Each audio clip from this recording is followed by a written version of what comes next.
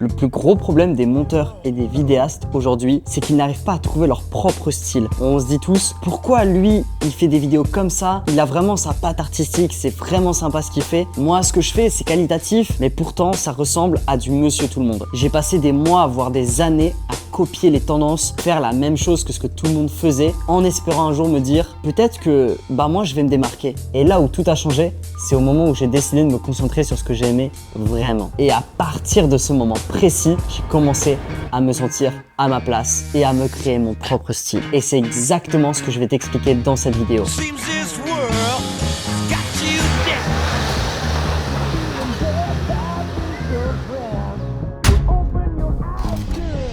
Pour commencer, ce qu'on va faire, c'est une mind map de tes inspirations. Tu prends une feuille, tu prends ton ordinateur, tu prends une tablette, tu prends ton téléphone et tu vas noter tout ce que tu aimes sans aucun filtre. Et pour vous aider, on va le faire ensemble. En gros, un énorme nuage de tout ce que tu aimes.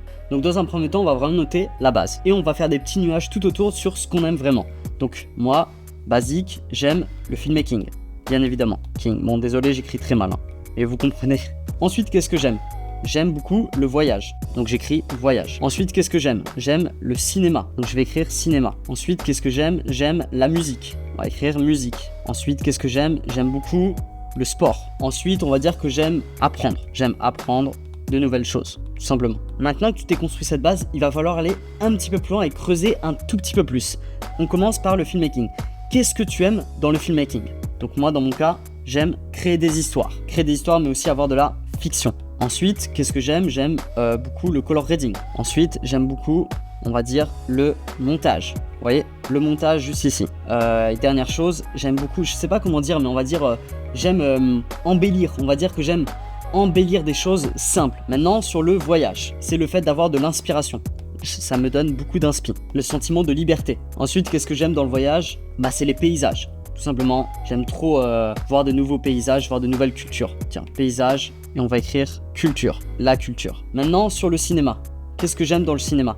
C'est les histoires. J'aime trop les histoires. Le fait de créer une histoire à partir de rien, je trouve ça vraiment magnifique. La beauté. Genre, là, vraiment, j'aime trop la beauté du cinéma. Le fait d'assembler des plans, etc. Je trouve ça vraiment, vraiment exceptionnel. Ensuite, dans la musique, qu'est-ce que j'aime dans la musique? Dans la musique, je suis beaucoup rap. J'écoute beaucoup de rap US, très important. J'écoute beaucoup de musique années 80. J'écoute beaucoup de funk également. Et des bandes originales, donc des musiques de films aussi.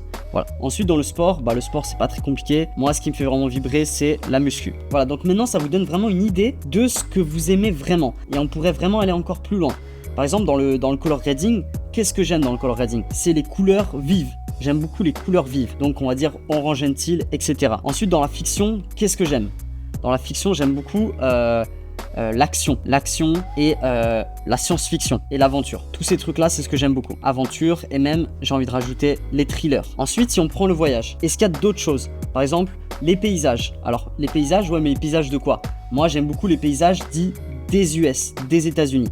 Donc, tout ce qui est Los Angeles, tiens, je vais écrire US, LA, New York. Également, en paysage, j'aime beaucoup les palmiers. Palmiers plus, on va dire, chaleur. J'aime bien quand je voyage aller dans des pays où il fait chaud. Et là, en fait, plus on fait ça, plus on va vraiment se nicher et trouver exactement ce qui nous motive. Sur le montage, qu'est-ce que j'aime? Sur le montage, j'aime des plans basiques. Moi, j'aime quand c'est épuré. Voilà, plan épuré. Faire un montage épuré. C'est ça que je voulais dire. Faire un montage épuré, très très simple. Pareil pour la musique. La musique rap US, qu'est-ce que j'aime dans le rap US? Moi, j'aime beaucoup, je prends des classiques, je prends Kendrick Lamar, j'aime beaucoup Dr. Dre, bon, j'écris que les initiales, mais vous avez compris, Metro Boomin, etc. Donc, faites ça. Dans la funk, ensuite, vous renotez exactement ce que vous aimez et vous faites la même chose. Pareil pour les musiques des années 80, pareil pour les BO de films. Donc, les histoires, qu'est-ce que vous aimez comme histoire? Est-ce que vous aimez les films d'horreur? Est-ce que vous aimez les films de comédie, par exemple, etc. Et là, en fait, avec votre base, vous allez aller de plus en plus loin jusqu'à ce que vous n'ayez plus aucune idée. À partir de filmmaking, j'arrive pas à trouver d'autres idées. J'aime créer, donc après fiction, action, donc j'aime créer des actions, j'aime créer des thrillers, j'aime créer de la science-fiction, j'aime créer de l'aventure. Et ça, en fait, vous pouvez continuer encore et encore jusqu'à temps que vous n'ayez plus d'idées. Et à partir de votre base, maintenant juste ici, vous allez prendre tous les extrêmes. Donc moi, les extrêmes, finalement, c'est Los Angeles, New York, les palmiers, chaleur, les plans épurés, l'aventure, l'action, science-fiction, les thrillers, créer, tout simplement, la musculation, le rap US, la funk, le cinéma, j'aime la beauté, j'aime l'histoire qu'on crée. Et en fait, à partir de ça, maintenant, vous allez trouver automatiquement tout ce que vous aimez.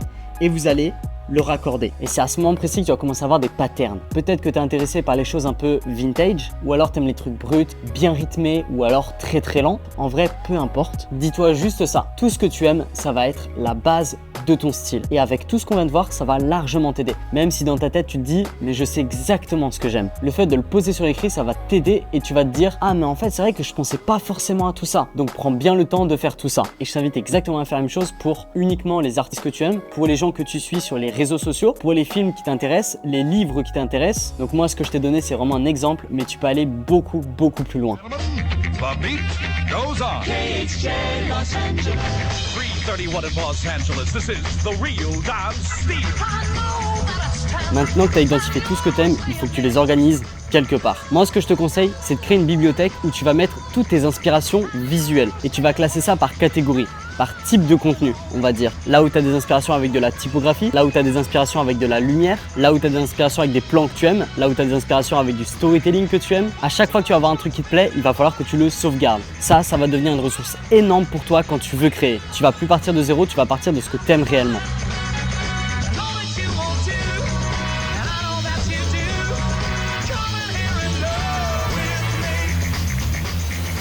Très bon ce café d'ailleurs. Le but maintenant, ça va être de lancer un petit projet, mais simple. Tu as de l'inspiration, tu passes à l'action. Tout simplement. Prends un son que tu aimes bien, des plans que tu aimes bien, une petite histoire qui te fait kiffer et tu vas essayer de faire une mini vidéo de ça qui dure 15, 20 ou peut-être 30 secondes. Et tu vas mettre le maximum de qualité là-dessus. Le but ici, ça va être de tester des choses. Appliquer un bout de ton inspiration. Et c'est en faisant encore et encore que tu vas trouver ton style.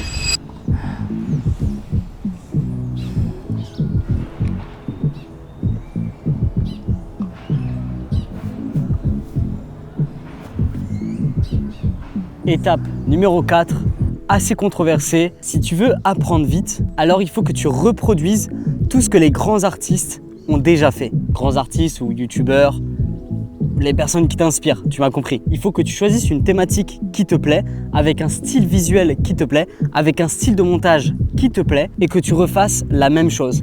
Alors attention, petit disclaimer, il ne faut pas que tu recopies tout mot par mot. Ce serait complètement idiot. Mais par contre, ce que tu peux faire, c'est reprendre les grandes inspirations et le mettre ensuite à ta sauce. C'est littéralement ce que j'ai fait, c'est littéralement ce que Squeezie a fait, c'est littéralement ce que MrBeast a fait. Ah, peut-être pas MrBeast, parce que MrBeast, il a vraiment créé un concept... Ouais. Pas MrBeast, non. Mais en gros, tu peux reprendre les compositions de plans, le rythme de la vidéo, l'ambiance de la vidéo, les musiques de la vidéo, le style de montage et comme j'ai dit, tu le réadaptes exactement à ton style et à ce que tu aimes. Mais il ne faut pas non plus que tu t'arrêtes simplement sur ça, sinon ça serait trop facile. Il faut que tu te demandes pourquoi est-ce que ça fonctionne, pourquoi l'artiste que je suis, pourquoi ce qu'il fait c'est si impactant, pourquoi cette transition tu la trouves puissante, pourquoi il a utilisé ce choix de musique, pourquoi cette vidéo elle te plaît. C'est toutes ces questions là qu'il faut que tu te poses. Et dis-toi qu'en faisant ça, tu vas apprendre 10 fois plus vite qu'en essayant de tout inventer tout seul. Parce que c'est un autre débat, mais pour moi, en 2025, tout ce que tu as pu faire, tout a déjà été inventé. On est arrivé à un point où innover, je pense que c'est plus possible. Donc maintenant, l'objectif, c'est de reprendre ce qu'un créateur a fait et de le refaire à sa sauce.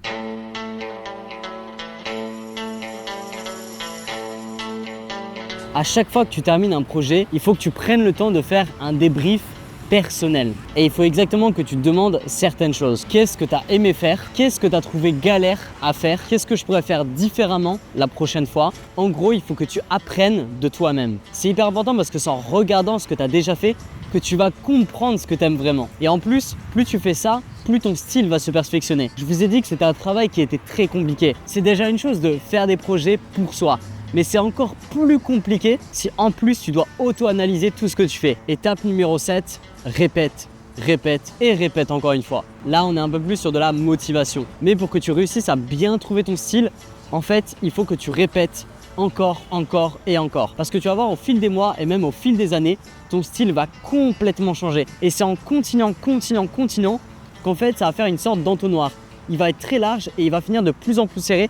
Et tu vas finir par voir à la fin ce que tu aimes vraiment. Tu feras des vidéos dynamiques, tu feras des vidéos lentes, tu feras toutes sortes de choses. Mais c'est vraiment la régularité qui va faire que tu vas trouver exactement ce que tu veux. À force, ton style va devenir une évidence. Et à ce moment précis, tu sauras que tu as littéralement réussi. Au final, le plus gros frein, c'est d'essayer d'être original. Ça, c'est la pire chose à faire. Se forcer à être différent. Tu as juste besoin de revenir sur ce qui te plaît, sur ce qui t'inspire, sur ce qui te motive. Et tout simplement de pouvoir créer à partir de ça. Alors maintenant, dis-moi en commentaire ce que tu as pensé de cette vidéo. J'espère qu'elle t'a vraiment aidé et nous on se retrouve dans la prochaine vidéo.